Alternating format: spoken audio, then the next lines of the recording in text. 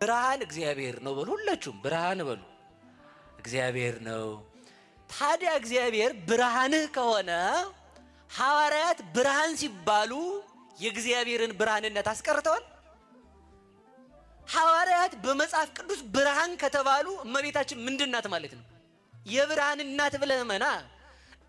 ልጇ ብርሃን ከሆነ እሷን የብርሃን እናት ካላልክ አንተ ጣዖት ነህ። ይሄ ካልታየ ነው አይንህ አይሰራም ማለት ነው። ወይም አይንህ በሽተኛ ነው ማለት ነው። ወይንም ድንግል ማርያምን ማወቅ ካቃተ አንተ ሰው እውነትም ጋኔን ነህ።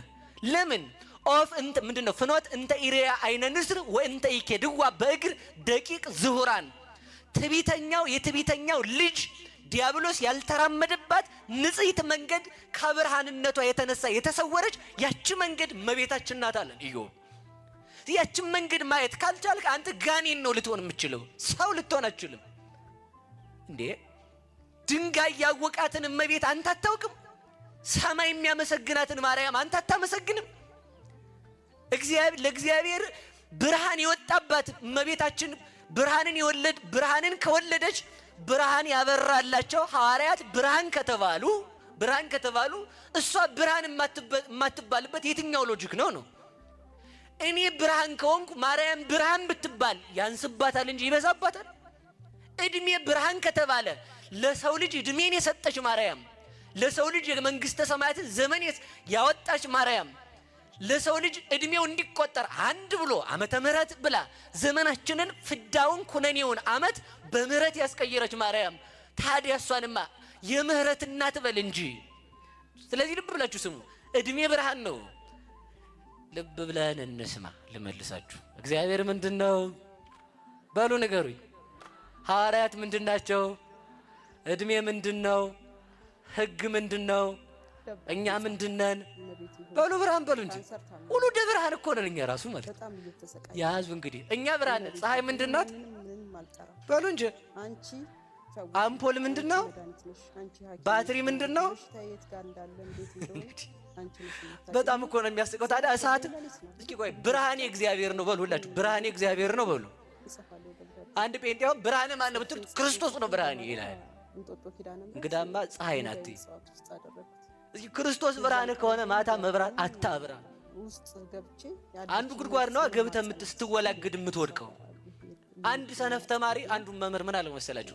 ብልህ ሰው በጨለማ ያያል። ተናግሬዋለሁ፣ ልድገመው፣ ችግር የለም። ብደግመውም አይከፋችሁ። እናንተ ስትደግሙ አይደለም የምትሉት፣ እኔም ልድገመው፣ ችግር የለም። እና ምንድነው ብልህ ሰው በጨለማ ያያል የሚል ትምህርት አስተማረ። እስኪ በሉ ብልህ ሰው በሉ በምን ያህል? ከዛ እንደዛ ሲለው ማታ ደግሞ መምህሩ መብራት አብርቶ መጣ።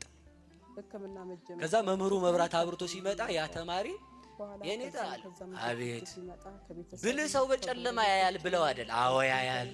እርሶ የብልህ መምህር አይደሉ? አዎ ነኝ። ለምን መብራት ያዙ? እንዳንተ ያለ ደንባራ እንዳይገጨኝ ነው እያየ እንዲሄድ እንጂ እኔማ ያለው አሉት ማለት ነው። እንዲህ ያሉ ደንባራዎች አሉ ማለት ነው። ስለዚህ ልብ በሉ ስሙ። ብርሃን እግዚአብሔር ከሆነ እግዚአብሔርን በጠራበት የምትጠልቀውን ፀሐይ ብርሃን ብለህ ከጠራ የእግዚአብሔርን እናቱን ብርሃን ካላልክ አንተ ሰው አታይም ማለት ነው። ስለዚህ ልብ በሉ እግዚአብሔር ብርሃን ነው።